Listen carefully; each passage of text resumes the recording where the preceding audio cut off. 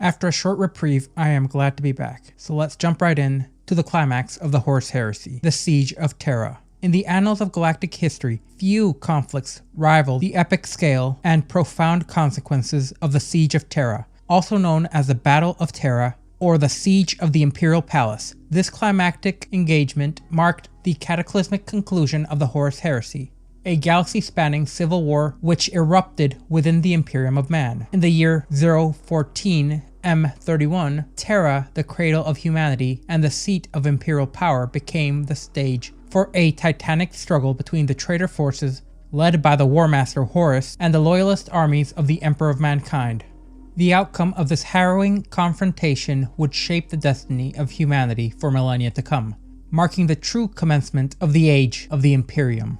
Though the loyalist forces ultimately emerged victorious, their triumph came at a staggering cost. The scars of the battle would echo throughout the annals of history. But what events led to the climactic showdown on the throne world? The seeds of this conflict were sown in the aftermath of the treacherous drop site massacre on Isstvan V, where it became painfully clear that 8 of the 18 Space Marine legions had fully turned traitor and set themselves against the Emperor of Mankind, pledging their allegiance to the dark forces of chaos under the banner of Horus. The traitorous forces, bolstered by the elements who were loyal to them within the Imperialis Auxilia and the Mechanicus, along with some of the Titan legions, embarked on a relentless campaign of conquest, their sights firmly on Terra itself. As the traitorous legions converged on Mars, the stage would be set for the final apocalyptic confrontation. Meanwhile, on distant fronts across the galaxy, loyalist forces would scramble to prepare for the impending onslaught.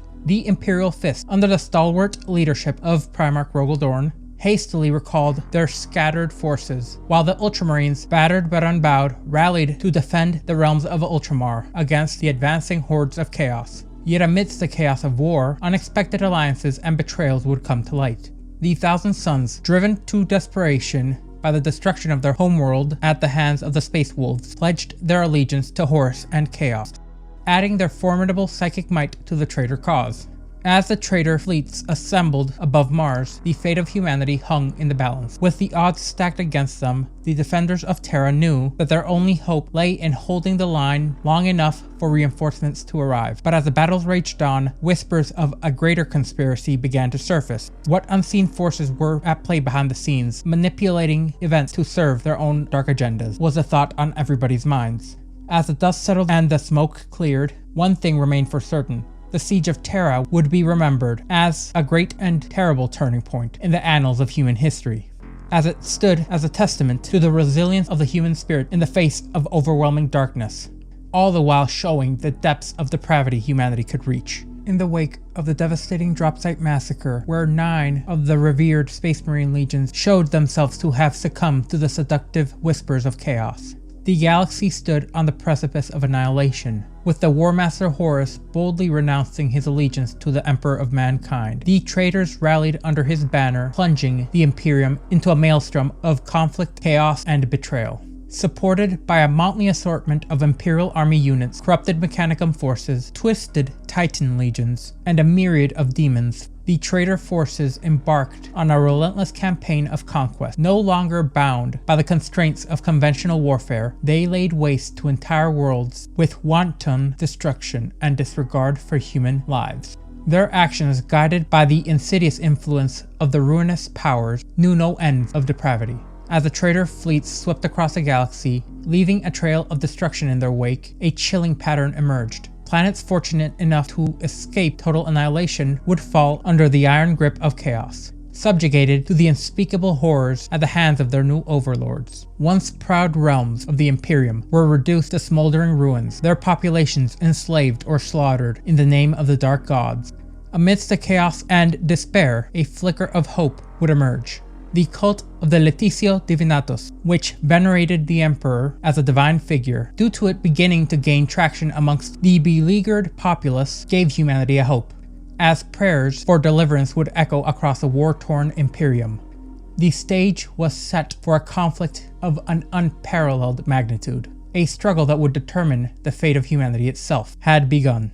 During the Horus Heresy, one pivotal event stands out as a rather dark chapter in galactic history, creating waves that would reverberate all the way to the 41st millennium, the Schism of Mars.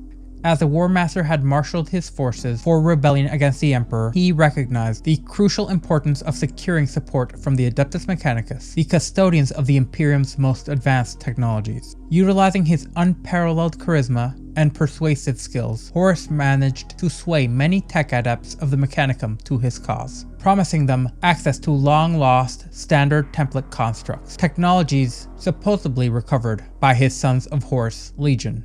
And so he would kindle the spark of rebellion, in particular those who did not view the Emperor as the Omnissiah, which was a group that had drastically grown in size during the Great Crusade. But it was the fateful alliance forged with Kelbor Hal, the rather strange Fabricator General of Mars, which proved to be a turning point. Sensing an opportunity to assert the Mechanicum's autonomy under Horus's rule, Kelbor Hal pledged his allegiance to the War Master, sealing their pact with forbidden knowledge obtained from the vaults of Moravec, knowledge that had been sealed away by the Emperor himself, for it was tainted with the corrupting power of chaos. With the opening of the vaults, a malevolent force was unleashed upon Mars, corrupting its once pure technology with the insidious influence of chaos. The resultant chaos and confusion sparked open warfare across the Red Planet, as loyalists and traitor forces clashed in a deadly struggle for dominance. The interceding conflict became known as the Schism of Mars, and it paralleled the greater conflict consuming the Imperium. As brother turned against brother and titans clashed in a climactic battle for supremacy, every aspect of the Imperium seemed to be tearing itself apart. Driven by the dark machinations of the Dark Mechanicum, those which would now lend their skills and knowledge to Horus's cause unleashed untold devastation upon the loyalist forces, as the fires of rebellion would continue to spread throughout the galaxy. As the fate of humanity now hung on the balance, as it teetered on the brink of oblivion, the traitor legion's insidious advance bore a singular objective: the conquest of Terra. For Horus, this conquest held the promise of ultimate victory, the culmination of his pact with the dark entities of chaos, and the overthrow of the Emperor of Mankind himself. The traitors, comprising of the Sons of Horus, the Death Guard, the Emperor's Children, World Eaters, and the Word Bearers, converged upon Mars in preparation for their assault. Meanwhile, a large segment of the Word Bearers Legion set their sights on Calth, aiming to vanquish Reboot Guilliman and his Ultramarines. Rogel Dorn, the Primarch of the Imperial Fists, and Malcador the Sigillite, Regent of the Imperium, grasped the gravity of the situation as survivors of the Dropsite massacre on Isstvan V sought refuge on Terra. With a resolve born of desperation, Dorn ordered all loyalist forces back to Terra, even as the Space Wolves grappled with the Alpha Legion's treacherous ambushes. Across the galaxy, conflict would rage. The Ultramarines on Calth were besieged by segments of the Word Bearers as they fought valiantly to bolster the defenses, all the while the strategic acumen of Reboot Guilliman allowed an evening of the playing field, even though segments of the World Eaters had also joined in. Rallied under the leadership of heroes like Brother Captain Bentaos, hope seemed to flicker amidst a chaotic maelstrom of war. In the eastern fringe, the Night Lords clashed with the Dark Angels, while the Iron Warriors engaged the Imperial Fists near Isstvan V. Amidst this tumult, the Blood Angels would triumph over the forces of chaos, vanquishing two greater demons, one of Khorne and the other of Slaanesh, as they would make way to reach Terra. Amidst this gathering storm, another threat would emerge. Magnus the Red, the Primarch of the Thousand Suns, pledged his allegiance to Horus and Chaos after the destruction of large amounts of his legion at the hands of the Space Wolves. What remained of his legion would now be en route to Terra in order to bolster the traitor forces. As the traitor legions closed in on Terra, the White Scars and Blood Angels would stand alongside Dorn and the Imperial Fists in their defense of humanity's cradle. With the fate of mankind hanging in the balance, 3 entire legions and millions of Imperial soldiers would prepare for a battle which would echo for millennia to come. As the dark clouds of war gathered over Terra, the siege commenced with a relentless onslaught from Horus's fleet, which rained down destruction on the planet's surface. Despite the valiant efforts from the defenders, the formidable orbital defense station on Luna, the sheer might of the traitor legions proved overwhelming. Wave after wave of loyalist soldiers and ships were swept aside by the ferocity of the assault. With Terra's defenses weakened, Chaos Space Marines descended upon the planet, marring its surface with drop pods, targeting key strategic locations with ruthless precision. Their objective to secure vital spaceports in anticipation of the main onslaught. A coalition of 5 traitor legions bolstered by their insidious allies from the warp, and the traitorous Auxilia spearheaded the invasion, plunging Terra into unremitted horror and chaos unimaginable. Amidst the chaos of the dark rituals which unfolded as chaos cultists summoned forth greater demons and unleashed unholy terror upon the beleaguered defenders, the Eternity Wall and the Lion's Gate spaceports became bastions of Imperial resistance. However, even with the valiant efforts of the Primarch Sanguinius and the great Jaghatai Khan, these bastions would eventually fall under the traitors' relentless onslaught. As traitor transports deposited legions of soldiers, tanks, corrupted titans, and even demons onto the surface of Terra, the defenders fought fiercely, knowing that the fate of humanity itself hung in the balance. Though the skies blazed with the fury of defense lasers, the countless traitor hordes would breach the atmosphere, swelling the ranks of the besiegers. In the crucible of battle, many of the traitors, now demons to different extents, would be slain by the loyalists, as Terra would stand resolute, their resolve unyielding in the face of overwhelming odds. On their shoulders rested not only the fate of their homeworld and their emperor, but the destiny of all mankind, as the dark clouds of chaos continued to envelop Terra, plunging the very world itself into a pocket of the warp. The harrowing siege would unfold, marked by moments of both heroism and despair. The traitor legions, driven by their fervent allegiance to chaos, besieged the Imperial Palace, determined to crush the last bastions of resistance. Angron, a once noble Primarch, turned into a vile demon prince of Khorne, stood before the walls of the palace and demanded their surrender in his own bestial manner. Yet his challenge would be swiftly met, and he would be slain by the angelic Sanguinius, leader of the Blood Angels, and the great angel of the Imperium, who had already fought one of the favored demons of Khorne, Ka'bandha, and brought the beast down with his very own might. Their exchange shook the fabric of the very world they fought in. At times their suns would feel as if comets were flying overhead. The very Space Marine legions would be swept aside by the very blows of their fathers. This reflected a tragic microcosm of the rift between brothers torn asunder by war. Once the Eternity Gate was closed, the defenders, now within the palace, faced a relentless assault as demons began to appear from the corpses of those who lay within. During the siege, the defensive forces, led on the battlefield by Sanguinius and bolstered by the valiant efforts of Jaghatai Khan, Primarch of the White Scars, became the bulwark of the defenders of humanity.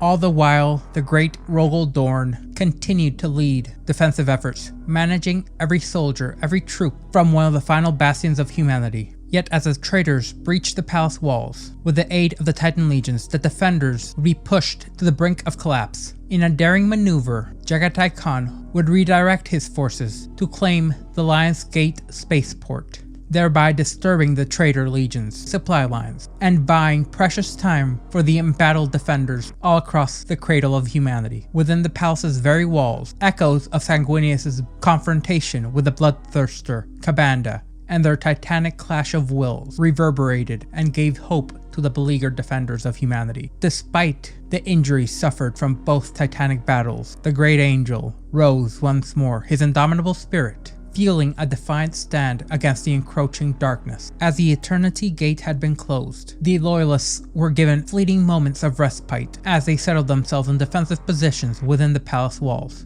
Yet the battle was far from over, and the fate of Terra hung in the balance as the forces of chaos continued their relentless assault, and the War Master's very vessel would begin to encroach on the palace itself. Now, deep beneath the palace halls, the mysterious warp gate which the Emperor had created in order to segment a sector of the webway for humanity demanded relentless vigilance in order to stave the runoff of chaos attempting to enter the Earth from this now unclosable portal.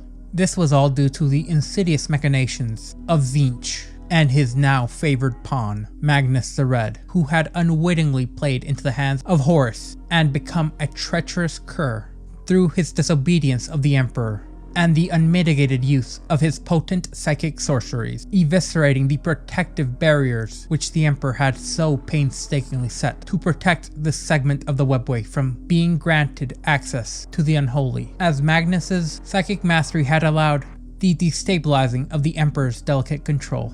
Now the Emperor's focus had been consumed with the task of preventing a catastrophic breach between Terra and the Warp. With the burden of safeguarding the Imperium's future weighing heavily on him, the Emperor would entrust Malcador the Sigillite with a solemn duty. He was to command Vulcan to enter the webway in order to strike down Magnus and create an opening for Malcador to assume the Emperor's place on the Golden Throne in order to function as a psychic amplifier and shield humanity from this newly constructed intersection between the webway and the Warp. This role had originally been intended for Magnus. However, when his allegiance had faltered, Malcador would stand as the last bastion of humanity's hope, wielding his own psychic might, which was only matched by a scant few, but could not compare to that of the Emperor. In the shadow of the impending doom of humanity, as the final confrontation with Horus loomed large, the Emperor had imparted upon Malcador a grim foreboding prophecy, as the burden of Malcador's own irrefutable demise weighed heavily on his shoulders. As now mounted on the Golden Throne, Malcador prepared himself for the unimaginable trial and his assured end. Malcador would now be protected by Vulcan, who would in essence hold a dead man's switch, designed to wipe out the entirety of the Sol system in order to strike back at chaos and allow humanity even the faintest hope of survival. The Emperor, now joined with a handful of his final remaining custodies, along with the still injured Primarch Sanguinius and the Angel's brother Rogel Dorn, would face their divine duty as they would answer Horus's ultimatum. In a few short years, it seemed that the Imperium had essentially shrunk from a galaxy-conquering empire to a singular, solitary room. As the galactic conflict would reach its climax, the defenders of Terra found themselves facing an onslaught of unprecedented scale, and it was at this moment that Horus's ship lowered its shielding. It seemed that despite the valiant efforts of the loyalists, all they had left was a Hail Mary pass, cutting the head off the snake itself by boarding Horus's ship, even though they knew this was a trap. As the Siege of Terra entered its twilight hours, it was heralded by an unending onslaught of orbital bombardments. As the history of humanity was nearly erased, the directed onslaught on the palace itself lasted all of 30 solar days. However, within the submerged segment of the warp that Terra was, time was immaterial, and with the sky set ablaze, the traitor legions would now be bombarded by the Avenging Sun's very fleets. Primarch Robert Guilliman was now entering the fray. In a message to his brother Sanguinius, he begged for the defenders of Terra to hold out for merely a few more days, as he, elements of the Dark Angels, and the Space Wolves had entered the Sol system and had been eliminating the fleets of Chaos. However, his words would go unheeded, as the Emperor, Sanguinius, Constantine Valdor, and Dorn would all board Horus's flagship, the Vengeful Spirit, in a desperate gambit to save humanity.